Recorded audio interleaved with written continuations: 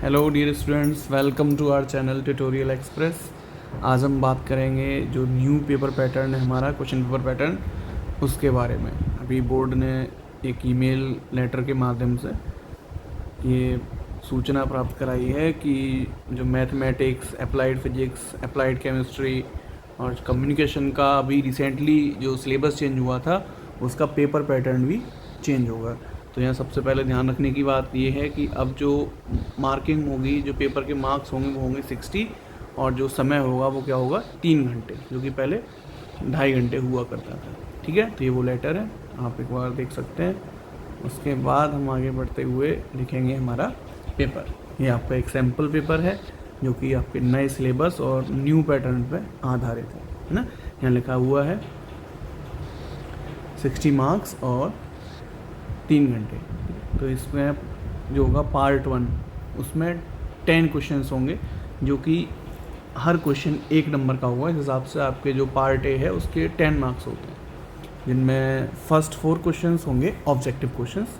For examples मैंने दिए हुए हैं, विच of the following is not a soft skill. ये 4 आपके ऑप्शंस हैं, इनमें से कौन सा ऐसा ऑप्शन है जो सॉफ्ट स्किल नहीं है। तो इजीली हम देख सकते हैं कि फाइनेंशियल प्लानिंग, ये क्या है कि हमारी हार्ड स्किल होती है। ठीक है, फिर नेक्स्ट हमारा ऑब्जेक्टिव क्वेश्चन है, blank is the name of person, place और अ थिंग। तो ये क्या होता है, नाउन। नाउन होता है, noun is the name of person, place और थिंग।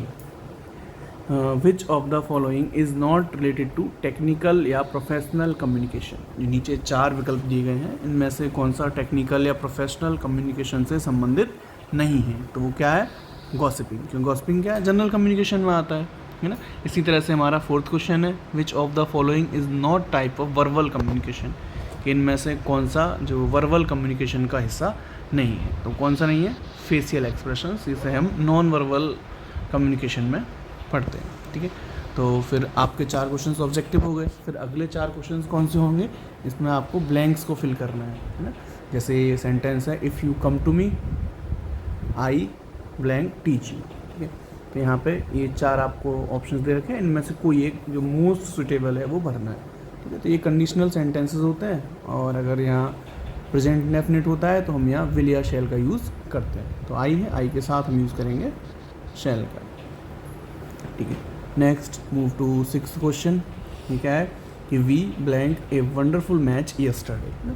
तो यहाँ हम एक शब्द देखते हैं, यस्टरडे। यस्टरडे क्या है, पास्ट को डिनोट करता है, और जिन सेंटेंस में यस्टरडे, एगो है ना, ऐसी सब आता है, उसमें पास्ट इंडेफिनिट यूज़ करते हैं, जिसमें कि वर्ब की कौन सी फॉर्म यूज होती है, सेकंड। तो विटनेस का क्या हो जाएगा, witnessed. Next 7th question, I like to read books blank watch movies. ये भी ब्लैंक है, और इसमें आपको कंजंक्शन के माध्यम से भरना है, एक मोस्ट सुटेबल कंजंक्शन इसमें फिल करना है ना। तो I like to read books and watch movies. मुझे किताबें देखना, पढ़ना पसंद है और मूवी देखना पसंद है। Next 8th question, both Hari blank Raghav participated in the speech competition. ठीक है, यहाँ भी कंजंक्शन भरना है, तो बोथ के साथ हम जनरली क्या यूज़ करते हैं, एंड।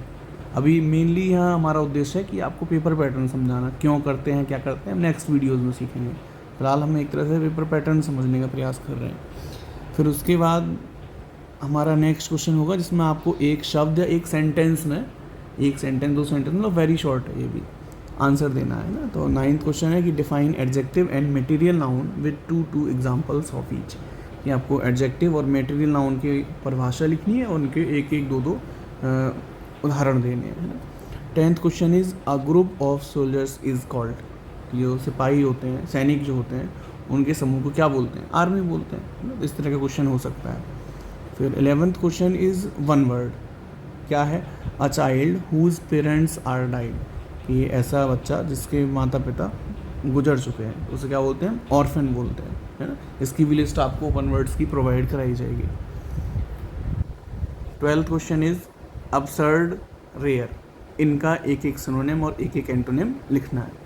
इन दोनों के सिनोनिम एंटोनिम से अन्य संबंधित बुकेव की आप हमारी शॉर्ट्स हैं, उनमें डिटेल्स देख सकते हैं, सारे शब्द दिए गए हैं ना। तो पहला क्वेश्चन हमारा क्या था कि आंसर एनी 10 क्वेश्चंस। 12 क्वेश्चन दे रखे हैं, 10 क्वेश्चन सॉल्व करने हैं, और हर क्वेश्चन 1-1 नंबर का है ना, जिसमें से 4 क्वेश्चन मल्टीपल चॉइस होंगे, 4 क्वेश्चंस ब्लैंक भरने के होंगे और 4 क्वेश्चंस वेरी शॉर्ट होंगे, मतलब 1-2 शब्द में, एक सेंटेंस में आपको उनका जवाब देना है. Next we move to part 2 and here we see very short questions. ठीक है, तो यहाँ मैं हिंट दे रखी है क्या है कि right any answer any 5 questions. कोई भी 5 प्रश्नों के इसमें से आपको जवाब देने, और हर प्रश्न 2 नंबर का रहेगा. 5 क्वेश्चंस हैं तो ये हमारे 10 मार्क्स होते हैं. ठीक है, तो यहाँ जो क्वेश्चंस हैं उनका जवाब हमें लगभग 20 से 30 शब्दों में देना है. ठीक है, तो first is how primitive man use to communicate. कि जो पुराने लोग होते थे, आदिकाल में जो लोग होते थे, वो किस तरह से कम्युनिकेट करते थे. फिर next question is 3 levels at which technical skill is required. है ना, तो ये सारे क्वेश्चंस आपको अभी शायद अनफेमिलियर लग रहे हो सकता है आपने चैप्टर्स ना पढ़े हों. जो यूनिट 3 में 5 चैप्टर्स दिए गए हैं आपको, उनसे संबंधित प्रश्न है, और ये 5 प्रश्न लगभग आपके एग्ज़ाम में आएंगे. और क्योंकि आपको जैसा कि मैंने बताया 20 to 30 वर्ड्स में आपको ये लिखने हैं, और 2 नंबर का ये क्वेश्चन रहेगा. ठीक है, यहाँ हो सकता है कि आपको किसी भी उसका पैसेज दे रखा हो किसी भी लेसन का, और उसको एक्सप्लेन करना हो, इस तरह का क्वेश्चन हो सकता है ना. Next we move to part C, short questions. थोड़ी लेंथ बड़ी रखनी है इनमें, around 50 to 80 words. Mainly question लिखते समय, आंसर लिखते समय हमें ये ध्यान रखना है कि अननेसेसरी वर्ड्स ऐड नहीं करने. ये नहीं कि मुझे 80 कंप्लीट ही करने हैं. अगर आप 50, 55, 60 वर्ड्स में भी अगर अच्छे से समझा पाते हैं तो वो मोर देन इनफ होता है ना.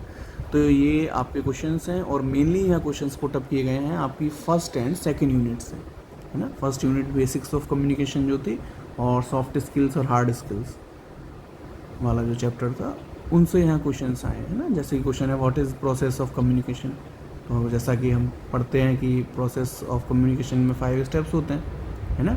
Ideation, encoding, transmission, decoding, feedback.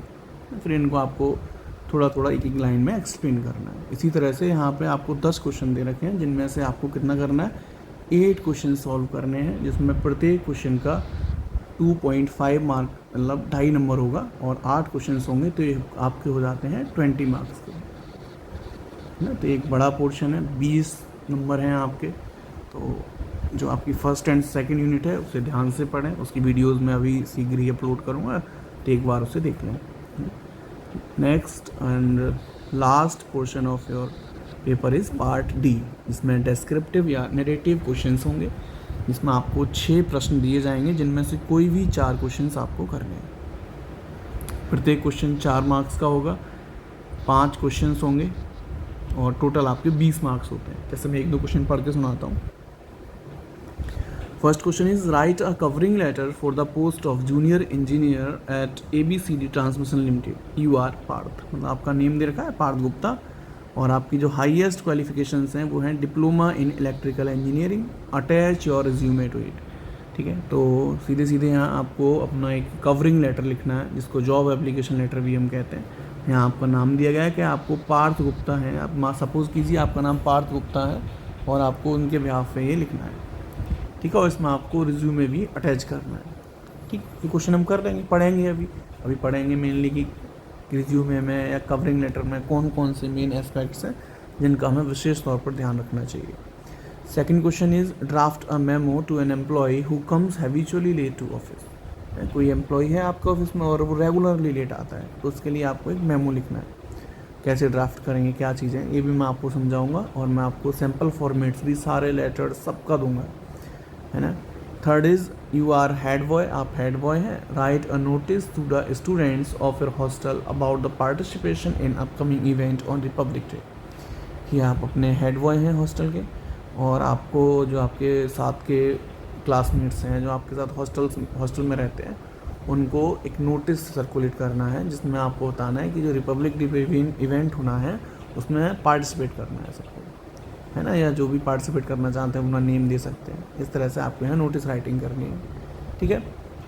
फिर fourth is what are basic things we should keep in mind while drafting an email. Explain step by step. ऐसी क्या चीज़ें हैं ईमेल लिखते समय में ध्यान में रखनी चाहिए, स्टेप बाय स्टेप समझाएं. ठीक है, तो ये भी सीखेंगे हम.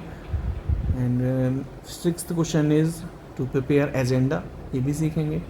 एंड फिफ्थ क्वेश्चन इज़ आपको यहाँ क्या करना है कि you are MD of ABCD private limited, कोई भी प्राइवेट लिमिटेड है उसके आप मैनेजिंग डायरेक्टर हैं, और आपको ट्रांसफ़र ऑर्डर, इसे हम ऑफिस ऑर्डर या ऑफिशियल लेटर्स में पढ़ेंगे, वो करना है। किसका है ये? नाम दे रखा है मिस्टर AK प्रकाश, जो कि आपकी कंपनी में सेल्स मैनेजर है। ठीक है, तो इस तरह से हमने देखा कि ये जो हमारा नया पेपर रहेगा, अपडेटेड जो पैटर्न है, उसके आधार पे क्वेश्चन पेपर कैसा दिखाई देगा। ठीक है, तो वो ध्यान रखना है कि ये मैंने कम्युनिकेशन स्किल का आपको पेपर दिखाया है, लेकिन यहाँ जो भी अन्य सब्जेक्ट हैं, मैथमेटिक्स हो गया ना, अप्लाइड फिजिक्स हो गया, अप्लाइड केमिस्ट्री हो गया, और कम्युनिकेशन जिसकी मैं बात कर ही रहा हूँ, तो इनके चारों के पेपर पैटर्न ऑलमोस्ट सेम ही रहेंगे, है ना।